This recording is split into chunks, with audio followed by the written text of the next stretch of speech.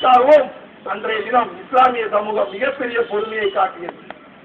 ஆக இந்த பாசிச சக்திகள் 3 விதமான சூழ்ச்சிகளை வழிவகுத்து இறுதியிலே இவர்கள் வைக்கக்கூடிய ஆதாரம் தான் என்ன என்று நாம் வரலாறு செய்திகளை புரட்டி பார்த்தோம் என்றால் 2 ஆதாரம் வைக்கின்றார்கள். என்ன தெரியுமா? 1788 ஒரு கிறிஸ்துவ போதகர் ஜெய்சூட் என்று சொல்லக்கூடிய ஒரு பாதிரியார் அவர் என்ன சொல்லிட்டு போறாருன்னா, நடைபோக்கில் அந்த இடத்துலதான் ராமர் கோவில் இருந்துச்சுன்னு சொல்லி ஒரு குறிப்பை எழுதி வச்சுட்டு போயிடுறாரு. வரலாறுகளை நன்றாக கவனிக்கணும். இன்னைக்குமே இஸ்லாமிய சமூகத்தில இஸ்லாமியர்களுக்கு கூட இது சம்பந்தமான விழிப்புணர்வு இல்லை. இது போன்ற வரலாறுகள் இல்லாத காரணத்தினால்தான் பாபர் மசூதியை இழந்திருக்கின்றோம். ஆகவே வரலாறுகளை நாம் ஒவ்வொரு வரலாறுகளையும் புரட்டி பார்க்க வேண்டும்.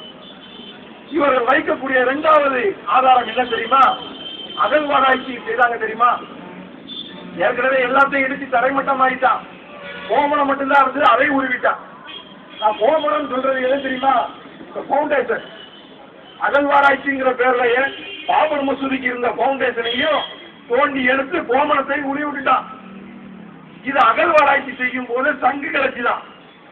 அப்புறம் ரெக்டாங்கிள் டைப்ல, அதாவது தூண் பொருத்தக்கூடிய அடித்தளம் கிடைச்சது. இந்த இடம் மட்டும்தான் ஆதாரம். இன்னைக்கு பாபர் மசூதி இருந்த இடத்துல ராமர் கோவில் இருந்ததுக்குன்னு சொல்லக்கூடிய ஆதாரம் இந்த 2 தான். ஒன்று கிறிஸ்துவ பாதிரியார் சொன்ன அந்த குறிப்பானை, இன்னொன்று இவர்கள் கண்டெடுத்த சங்கும் ரெக்டாங்கிள் டைப்பிலான அந்த தூண் பொருந்தக்கூடிய தூணின் அடிப்பாக பகுதி. இந்த 2ஐயுமே ஆதாரமாக வைத்துக் கொண்டு அவர்கள் நீதிமன்றத்திலே வாதாடுகின்றார்கள். இவர்களுடைய வழிக்கே நாம் திரும்பவும் செல்வோம். இது 2 தான் ஆதாரம் சொன்னா 1855 வட இந்தியாவிலே கிழக்கு கம்பெனியர்கள் நடத்தக்கூடிய கிழக்கு கம்பெனியர்களுக்கும் பாஜிசலி என்று சொல்லக்கூடிய அந்த அயோத்தி பகுதியில் இருந்த ஆட்சியாளராக இருந்த அந்த மன்னருக்கும் இடையே போர் மூழ்கிறது. சுதந்திர போராட்ட போர். அந்த சுதந்திர போராட்ட போரில் அயோத்தி, பைசாபாத் போன்ற நகரங்களிலே இந்து முஸ்லிம்கள் மிக ஒற்றுமையோடு இருந்து கிழக்கிந்திய கம்பெனியை எதிர்நோக்குகின்ற நேரத்திலே அந்த வெள்ளைக்காரன் செஞ்ச சூழ்ச்சிதான் இந்த கிறிஸ்துவ பாதிரியார் நடைபோட்டிலே இந்த இடத்திலே ராமர் கோவில் என்று இருந்தது என்று குறிப்பாக எழுதி வைத்து போனது.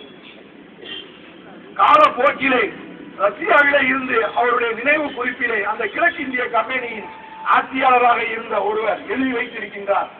அந்த நேரத்திலே கும்மிடை என்கின்ற பூசாரி கூட்டம் தான் கோவிலை இடித்துவிட்டு ராமர் கோவிலை இடித்துவிட்டு பாபர் பள்ளிவாசல் கட்டினார்கள் என்ற பிரச்சாரத்தை வைத்ததின் காரணமாக முதல் சுதந்திர போராட்டம் தோல்வி அடைந்தது. இதை யார் குறிப்பாளர் எழுதி வைத்திருக்கிறார்கள் என்றால் ரஷ்யாவினுடைய கிழக்கிந்திய கம்பெனிக்காரர்கள்.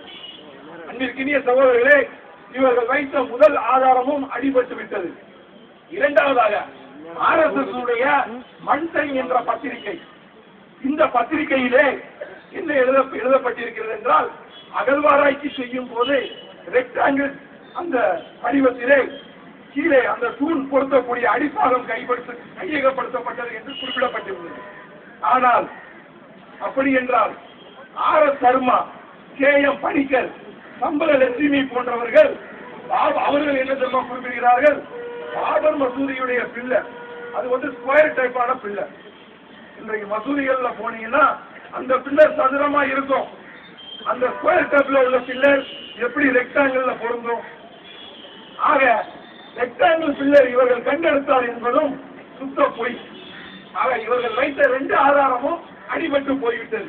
நான் கேட்க, இந்த 2 ஆதாரத்தை வச்சுக்கிட்டு கோயிலை இடிச்சு பள்ளிவாசல் கட்டின நீ சொல்ற.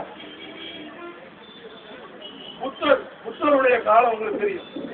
காஷ்மீர் முதல் கன்னியாகுமரி வரை ஆயிரக்கணக்கான புத்தர் கோயில்கள் இருந்தது. அந்த புத்தர் கோயில்கள் எல்லாம் இப்போ எங்கேயுமே பார்க்க முடியல. சமண கோயில்கள், புத்த கோயில்கள் எல்லாம் இந்தியாவிலே காஷ்மீர் முதல் கன்னியாகுமரி வரை ஆயிரக்கணக்கான கோயில்கள். இன்னைக்கு ஒரு புத்தர் கோயிலை கூட பார்க்க முடியாது. எங்க போச்சு தெரியுமா? அன்றைக்கு காஷ்மீரை ஆண்ட அர்சா என்ற இந்து மன்னர், காஷ்மீரை ஆட்சி செய்த அர்சா என்ற இந்து மன்னர் என்ன தெரியுமா செஞ்சாரு? அந்த காஷ்மீர்